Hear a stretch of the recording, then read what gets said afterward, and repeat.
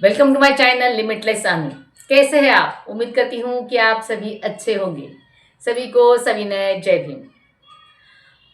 जैसे कि आप जानते हो कि मैंने वीडियो डाला है कि 31 अगस्त के दिन नागपुर में हमारे महाबोधि के दोनों सेनानी यानी शांति सेना जिससे मैंने कहा था माननीय आकाश लामा, और क्रांति सेना मैंने जिसे कहा था वो भंते विनाचार्य, ये दोनों सेनानी एक ही मंच पर आए। इसको लेकर मैंने वीडियो डाला है, आपने देखा ही होगा। और आगे चलकर उसी मंच पर भंते विनाचार्य जी ने एकता की बात, इस एकता को लेकर एक बात कही, बहुत अच्छी बात है। उन्होंने कहा कि बात करते हुए एक उन्होंने उदाहरण दिया, नदी का उद्गम जब तक समागम ना हो तब तक उसका नाम है, जिस दिन सागर में उसका समागम हो जाता है उसका नाम बेनाम है। यानी उनका कहने का तात्पर्य शायद यही है कि इस महाबोधि आंदोलन में जिसे भी यहाँ आना है वो अपना नाम, अपना ईगो सब छोड़ के आए और इस महासागर में, महाबोधि आंदोलन के महासागर में आकर एक हो जाए। भंते विनाचार्य जी ने जब दादर चैत्य भूमि पे माननीय आकाश लामा और पूरे टीम को बुलाया एकता के लिए, उस टाइम उन्होंने जो शॉर्ट वीडियो डाला है, उनके चेहरे पे एक अजब सी यानी खामोशी दिख रही है।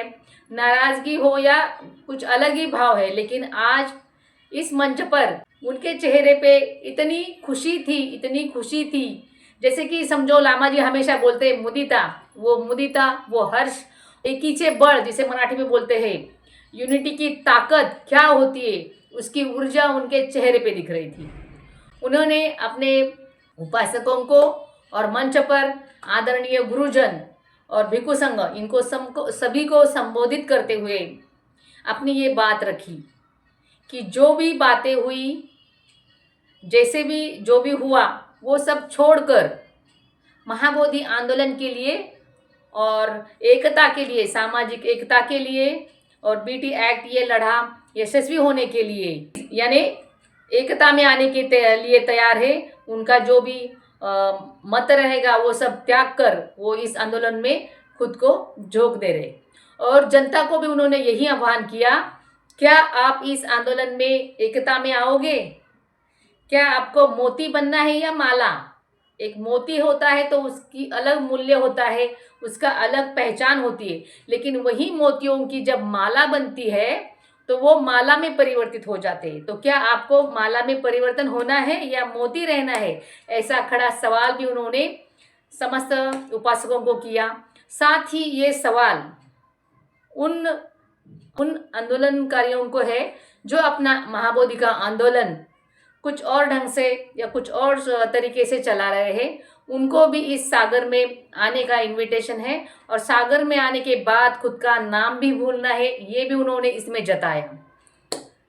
मोती रहना है या माला में आना है, ये क्वेश्चन भी उन्होंने किया। जैसे कि लामा जी ने संभाषण में कहा था, कुछ लोगों के नाम लिए थे, जैसे कि भंते करुणाशील हो, भंते सुमित पाल हो, माननीय राजेंद्र पाल गौतम जी हो, करुणाकर भंते हो, भंते आनंद हो, ऐसे इन सभी सेनानियों को एक मोती न रह इस माला में आकर इस महासागर का हिस्सा बने, ऐसे ही उनका कहना था। इन उदाहरणों से भंते विनाचार्य का यानी कहने का तात्पर्य यही है कि सभी लोग संगठन में आए, एकता में आए और एकता ही जीत है। ऐसे तो शुरू से ही लामा जी भी यही कर रहे हैं कि हमें शांति से काम लेना है, संवैधानिक पद्धति से काम लेना है और हमें एकता में आना है। यही बात भंते विनाचार्य जी ने भी कही है। उन्होंने एक बात और स्पेशल कही है, आइए बैठिए, लेकिन किस लिए बैठिए? आइए बैठिए, इसलिए बैठिए कि महाबोधि जो आंदोलन है वो कैसे आगे जाए या बीटी एक्ट कैसे निरस्त हो, इसके बारे में बात करने के लिए बैठिए। ये भी खासकर उन्होंने बोला। जैसे कि हमारे महाबोधि के सेनानी आकाश लामा जी ने ऑल इंडिया बुद्धिस्ट फोरम के तले मशाल यात्रा का आयोजन किया है जन जागृति के लिए। वैसे ही भंते विनाचार्य जी ने बनते ज्ञान ज्योति के साथ नागपुर से धम्मध्वज रैली चलाई है, तो इन उपासकों ने उन्हें सहायता की थी, मदद की थी, उनका उन्होंने स्टेज पर उनके नाम लेकर धन्यवाद भी कहा। साथ ही सभी लोगों को महाबोधि के आंदोलन में एकत्रित आने के लिए उन्होंने ये भी कहा कि रंग से बेरंग हो जाना यानी एकता है, और आइए रंग से बेरंग होइए और एकता में आइए। ऐसे अनेक उदाहरण उन्होंने एकता के लिए दिए। जैसे कि एक पॉइंट उन्होंने बोला कि यहाँ एक रिवाज होता है जो भारत में सभी जगह लागू है कि जो जूते कितने भी महंगे हो, कितने भी कीमती हो, लेकिन दहलीज के अंदर जूते नहीं लिए जाते, दहलीज के बाहर ही छोड़े जाते। वैसे ही हमारा जो भी ईगो है वो हमें बाहर छोड़ के इस महाबोधि के समंदर में हमें डुबकी लगा के बेरंग हो जाना है, एक रंग में हो जाना है महाबोधि के मुक्ति आंदोलन के आंदोलन में। ऐसी उनकी ये भावना उन्होंने जताई। साथ ही उन्होंने भंते सुरेश साई इनकी अध्यक्षता में नागपुर में अशोका विजयादशमी का जो कार्यक्रम होता है नागपुर दीक्षा भूमि पर, उसके भी बड़े पैमाने पर आयोजन की घोषणा की है। और लाखों की संख्या में उस टाइम डॉक्टर बाबा साहेब आम्बेडकर जी ने धर्मांतर जो किया था, लाखों की संख्या में लोग वहां आए थे। वैसे ही आज इस साल लाखों की संख्या में लोग नागपुर आए, ऐसा भी ऐलान उन्होंने किया है। साथ ही दादर चैत्यभूमि मुंबई, यहाँ उन्होंने एक वीडियो में माननीय आकाश लामा जी को टीम के साथ बुलाया था। वही बात उन्होंने फिर से दोहराई कि मुंबई चैत्यभूमि हम चलते हैं, वहाँ डॉक्टर भीमराव अंबेडकर जी जिन्होंने हमें बुद्ध धम्म की राह दिखाई, जिस बुद्ध धम्म का महाविहार बीटी एक्ट के जंजीरों में झगड़ा पड़ा है, उसे मुक्त कराने के लिए डॉक्टर भीमराव अंबेडकर जी का सपना था प्रबुद्ध भारत, वो बनाने का सपना हम आगे ले जाएंगे। हम डॉक्टर भीमराव अंबेडकर जी के बच्चे हैं, उनका ये सपना हम आगे बढ़ाएंगे। ये बात चैत्यभूमि जाकर परम पावन डॉक्टर बाबा साहेब आम्बेडकर जी की वहाँ जो अस्थि धातु है उसे नमन करके वहाँ शपथ लेके ये लड़ा आगे लड़ेंगे, ऐसी बात दोहराई।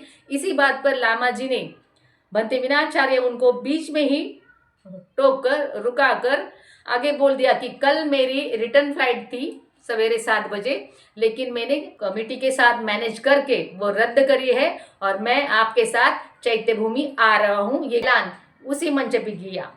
दोनों सेनानियों का ये ऐलान देखकर उपासक फूले नहीं समाये, तालियों की बरसात हो गई और हॉल में एक ही गूंज उठी, एक्ट निरस्त करो, महाबोधि विहार मुक्त होना ही चाहिए, हम आपके साथ है, हम आपके साथ है। इसी नारे को लेकर लामा जी ने भी कहा था कि मेरे साथ आप नहीं, हम सब आगे चलेंगे, साथ चलेंगे। ऐसे ही विनाचार्य भंते ने भी सबको अपने साथ बुलाया है। केवल मोती ना रहे, माला में पिरोए जाए हम लोग और एक माला बने, ऐसा उदाहरण देते हुए उन्होंने समाज को एकता में बुलाया। नागपुर में इस संयुक्त सभा का आयोजन जिन उपासकों ने किया उनका धन्यवाद सभी ने किया। साथ में ही विनाचार्य भंते इन्होंने भी इनका धन्यवाद कहते हुए प्रकाश नाथ पाटनकर इनका उल्लेख किया, क्योंकि वो उनको बड़े समय से सुनते आ रहे थे और उनके मुख से उन्होंने बुद्धिज्म सुना था, ऐसा उन्होंने बताया। मंच पर लामा जी हमेशा कहते हैं हमारा शत्रु बहुत यानी होशियार है, वो सामने नहीं आता, आपस में यानी झगड़े लगा देता है।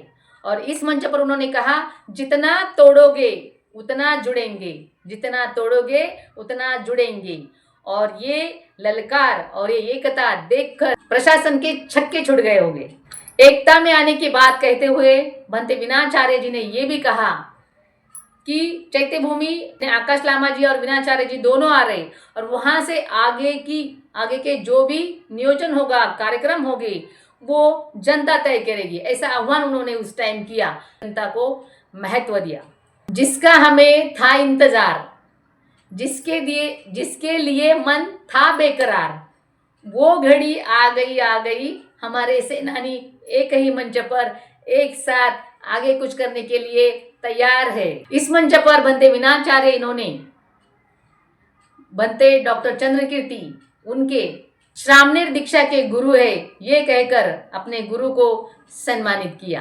ये महत्वपूर्ण वीडियो ज़्यादा से ज़्यादा शेयर कीजिए। अगर वीडियो अच्छा लगा हो तो लाइक कमेंट करना मत भूलिए। आपकी कमेंट सिर आंखों पर, धन्यवाद तो नहीं कहूँगी क्योंकि दिल से ही मैं आपको धन्यवाद दे रही हूँ। तो मिलते हैं किसी और वीडियो में, तब तक के लिए नमो बुद्धाय, जय भीम, जय भारत, जय संविधान।